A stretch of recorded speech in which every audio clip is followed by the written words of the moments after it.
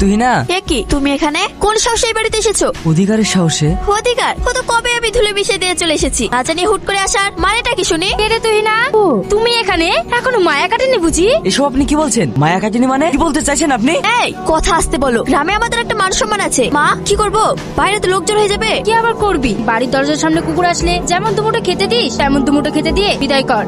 সেলিম কিরে এ অবলে চাদর মুড়ে দিয়ে শুয়ে আছিস কেন? শরীর খারাপ নাকি? না মা, এমনি। তুই যে বৌমাকে আনতে গেলি, বৌমা কই? আসেনি? না, তোমার বৌমা এখন আসবে না, যখন আসবে ঠিক জানিয়ে দেবে। আমি জানতাম এটাই হবে। জানা নেই শোনা নেই হুট করে প্রেম করে বিয়ে করলি। এবার বুঝছিস তো পরিবারকে না জানিয়ে বিয়ে করা কতটা কষ্টের। হ্যাঁ মা, আমি ভালো করে বুঝতে পারছি। ভুল মানুষ চিনতে সারা জীবন লেগে যায়। যা খুশি কর গা, তোদের মধ্যে আমি আর কিছু বলবো না। কিরে সেলিম, তোর রাজকন্যার খবর কি? এখনো শ্বশুর বাড়ি বন্দি নাকি?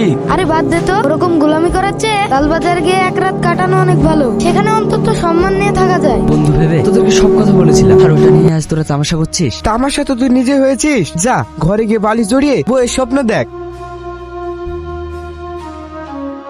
এই কি হলো? ক্ষমা করবেন ভাই, একটা দরকারের জন্য আপনার গাড়িতে আটকালাম। কি দরকার? দরকারটা আপনার সঙ্গে নয়, আপনার প্যাসেঞ্জারের সঙ্গে। তুই না, চলো বাড়ি চলো। এসব কি করছো? সবাই দেখছে, হাত ছাড়ো। তুই না, তুমি এমন কেন করছো? আমি তো তোমাকে আগে বলেছি আমার যখন ইচ্ছে হবে তখন যাব। হাত ছাড়ো। এই শুনতে পাচ্ছ না? হাত ছাড়ো। কিরে সেলিম, ওইটা তোর বোন না গার্লফ্রেন্ড? কিছু বুঝতে পারলাম না। এই ছোড়া, তুই এটা কি বলছিস রে? ওইটা সেলিমের বউ। ও তাই বল, আমি তো অন্য কিছু ভেবে লিছি।